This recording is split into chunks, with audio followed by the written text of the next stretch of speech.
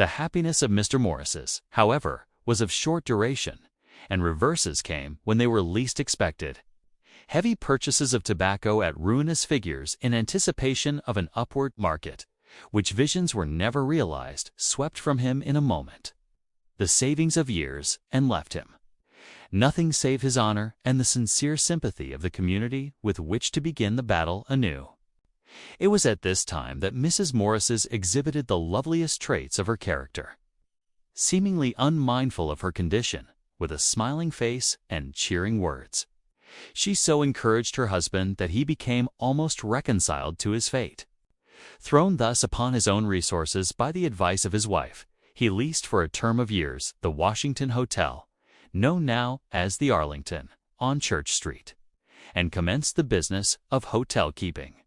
His kind disposition, strict probity, excellent management, and well-ordered household soon rendered him famous as a host, and his reputation extended even to other states.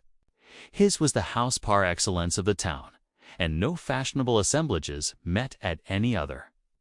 Finding in a few years that his experiment was successful and his business remunerative, he removed to the Franklin Hotel, now the Norvell House, the largest and best arranged in the city. This house he conducted for many years, enjoying the friendship and countenance of the first men of the country. Amongst his guests and devoted personal friends, Jackson, Clay, Coles, Witcher, Chief Justice Marshall, and a host of others, scarcely less distinguished, might be enumerated.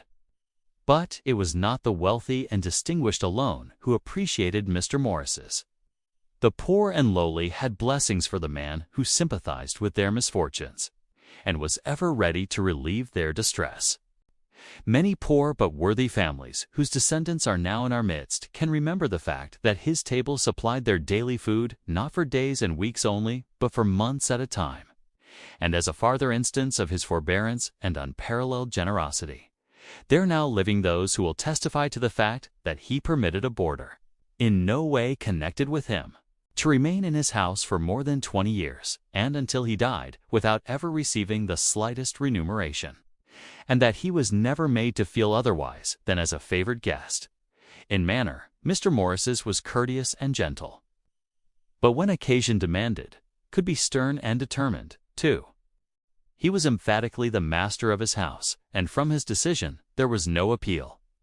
As an old Virginia gentleman, he was sans peur et sans reproche, and to a remarkable extent possessed the confidence and affection of his friends.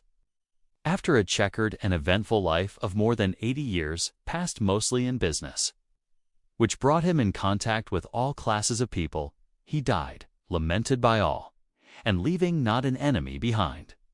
His death, which occurred in 1863, was just 2 years subsequent to that of his wife.